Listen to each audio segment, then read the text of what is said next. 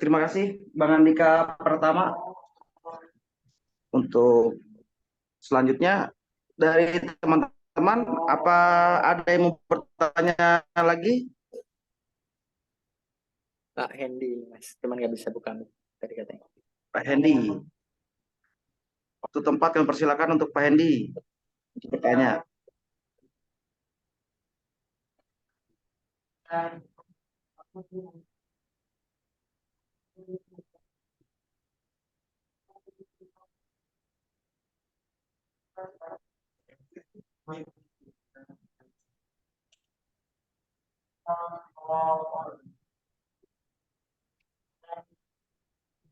Oke, Mbak Devina. Oh iya, dari Mbak Devina ada pertanyaan.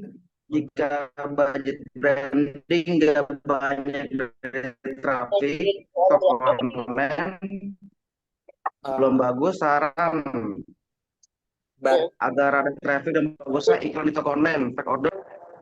nah, saran saya jangan fake order ya, karena sebetulnya udah ngabisin budget itu kayak apa namanya belum tentu ada pembeli. Saran saya sih bukan bayar influencer tapi barter.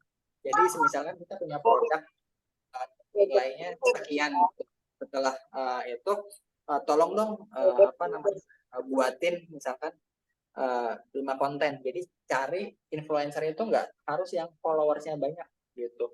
Tapi apa yang dia pinter buat konten. Jadi kalau di apa ya di istilah influencer tuh kita ada mikro, nano, terus mega influencer itu ya apa di situ gitu. Nah biasanya untuk yang baru mulai itu kita nggak usah cari orang-orang yang influencer besar gitu atau yang bayarnya mahal, tapi orang yang cukup pinter buat konten aja. Terkadang mereka juga butuh konten gitu untuk apa namanya untuk butuh produk, sorry, terkadang mereka tuh butuh produk untuk ngebuat konten. Jadi sebetulnya win-win solution, kita support produknya dari kita, terus mereka buat istilahnya buat apa buat konten nih untuk toko kita gitu. Jadi kalau misalkan videonya mungkin misalkan kita dari 5 yang dibuat si influencer tadi, biasanya pengalaman saya kalau memang research influencernya benar itu ada 2 atau 3 yang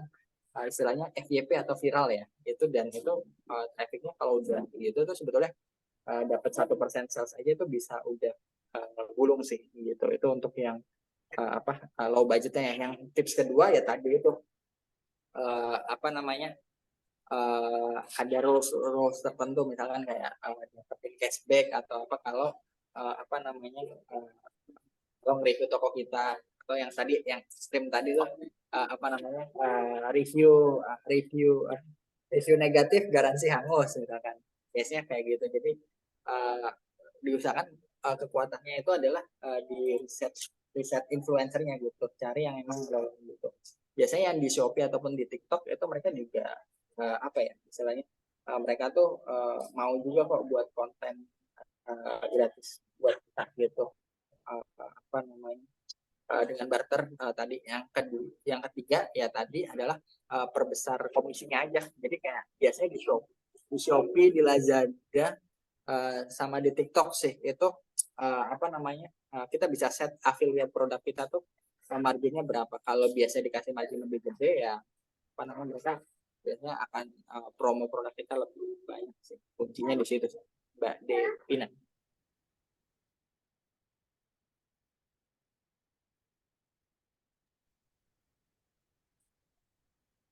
Untuk selanjutnya, apa ada yang mau bertanya lagi?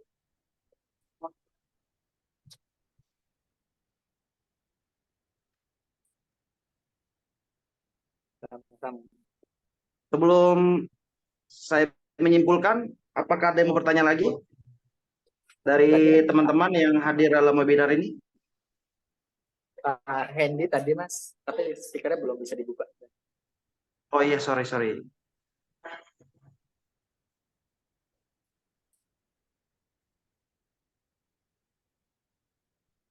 Untuk Pak Hendy, speaker mas belum bisa dibuka ya? Sudah, wes sudah. Halo, Ya, Assalamualaikum. Waalaikumsalam. Waalaikumsalam Pak. Selamat malam semuanya. Senang bisa gabung kayak gini. Cek videoku tak ketok nih. Tak muncul video. Saya bangga sekali. Wah, ini senang. Ini terobosan baru cari saudara maju bareng. Nah, ini sedikit saya terima kasih bisa bergabung bersama saudara-saudara bos-bos besar ini ya. Sangat bangga. Ya, ini sedikit mau bertanya ini. Saya kan punya toko laptop juga. Nah, ini sementara kalau pagi saya kan ngajar sampai jam 2. Waktunya sangat sibuk sekali. Nah, ini sementara saya pakai marketplace Facebook sama penjualan teman-teman di guru. Nah, ini untuk solusi biar lebih cepat untuk penjualannya gimana ini? Apa kita taruh di apa Tokopedia atau Shopee atau gimana ini biar cepat. Soalnya saya melihat ini jorakan teknologi barang ini kok banyak dapat laptop murah-murah ini gimana ini? Ini trik-trik ini yang perlu kita kita pelajari karena di Jember sini saya masih belajar ini. Punya toko cuma senengane ngampung laptop orang setelah itu saya jual lagi ini kok teman-teman ini bisa mendapatkan laptop yang banyak ini dari mana ini? Terima kasih, Bos. Itu saja. Ini Selamat. pengalaman, ini pengalaman personal saya ya Pak. Saya kalau untuk produk laptop biasanya sih sering, ini nggak tahu mungkin teman-teman lain ada experience. Tapi kalau personal saya sih biasanya sih langsung apa namanya ke Batam ya Pak. Di situ kayak ada beberapa link itu bisa bisa dapat lebih murah lah untuk ininya dan apa banyak apa ya suppliernya. Cuman kalau untuk produk-produk aksesorisnya itu sebetulnya kalau kita research itu ada kok platform kalau memang yang kuantitinya besar itu memang di Alibaba, cuman apa ada platform 1668 ya.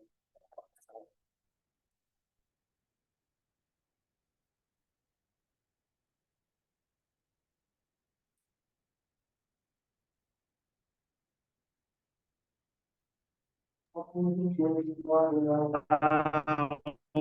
Pak Hendy gimana? Udah jelas?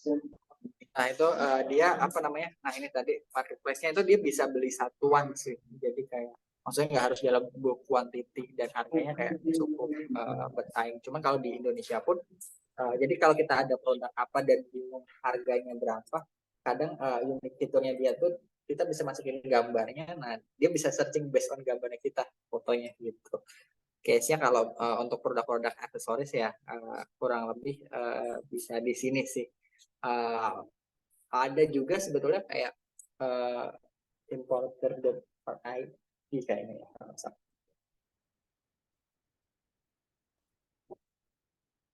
Ini juga apa dia itu kayak ada satu barang apa dia marketplace juga jadi misalkan ada aksesoris tertentu yang murah terus dikumpulin 10 orang gitu kan ya dia apa namanya dia beli tuh secara pulaan jadi kita bisa langsung beli di sana dengan harga yang mungkin uh, marginnya cukup oke ya apa namanya hampir 50% lebih murah dari di marketplace-nya gitu. Cuma memang tidak dipungkiri kalau di apa namanya di Alibaba-nya langsung emang jauh lebih murah gitu.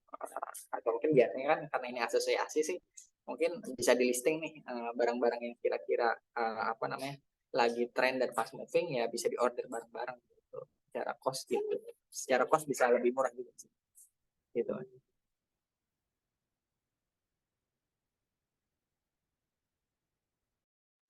Untuk Pak Hendy, apa sudah jelas? Oke, Bang Andika, ini untuk sebagai pertanyaan penutup, ada yang bertanya sekaligus nanti kita akan menutup. Ada pertanyaan dari Bang Agus Sulistiawan. Untuk membeli barang dalam jumlah banyak, biasanya apakah impor atau lelang? Pertanyaan dari Bang Agus.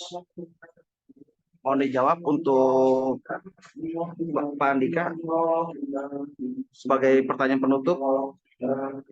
Biasanya setahu saya import. Nah tadi itu tadi jadi apa namanya langsung kalau misalkan kuantitinya nggak terlalu banyak, tadi bisa di 1688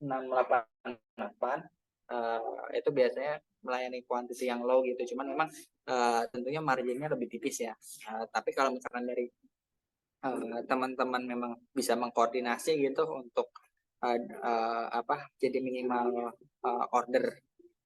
ordernya gitu, sebetulnya bisa langsung ke Alibaba-nya. Cuman tricky-nya itu adalah kalau dari Alibaba itu kita harus bisa juga research supplier-nya. Jadi sebetulnya lebih safety itu pakai third party yang di Indonesia gitu, kayak jasa forwarder atau importernya gitu. Jadi kayak dari mereka yang risk-nya ke mereka gitu loh untuk kurasi barangnya, nyetok produknya gitu. Memang secara apa namanya secara margin lebih tipis, tapi menurut saya lebih safety sih.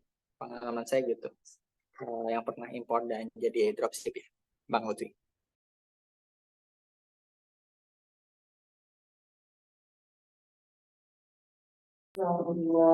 Udah sangat jelas ya dari teman-teman untuk sesi tanya dan jawab itu udah seru banget gitu.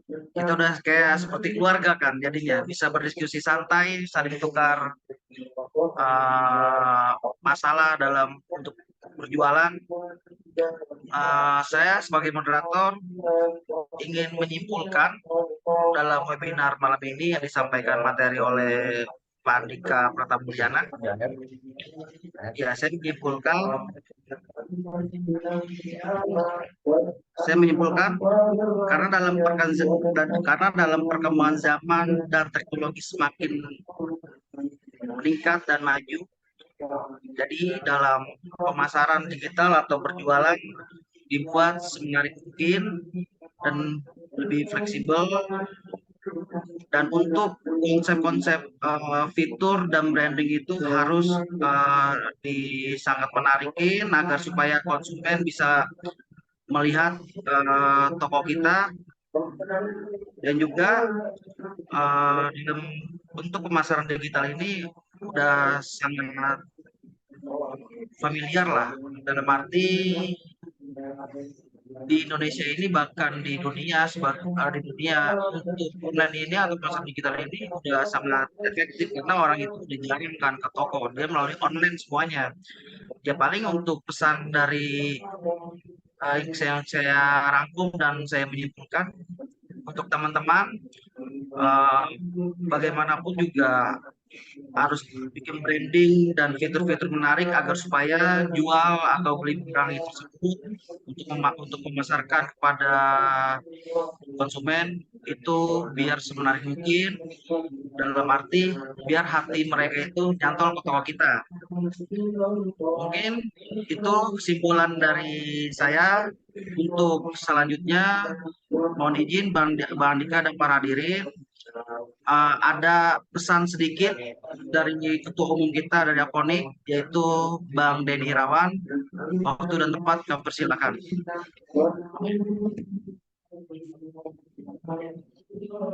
Baik, terima kasih moderator dan terima kasih juga kepada Bang Andika Pratamulyana atas isi dari materinya, sangat luar biasa, sangat menginspirasi juga buat kita semua dalam menjalani dunia usaha. Mungkin sedikit di sini ada tambahan dari saya pribadi.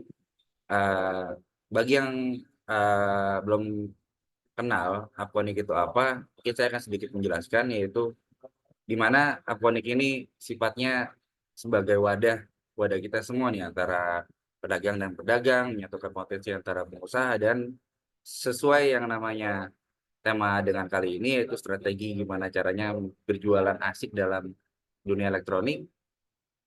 Aponic hadir sebagai wadah dan juga nanti kita bisa menguatkan dalam kolaborasi bersama. Jadi kita bisa memajukan bersama dan juga kuat bersama. Yang di dalam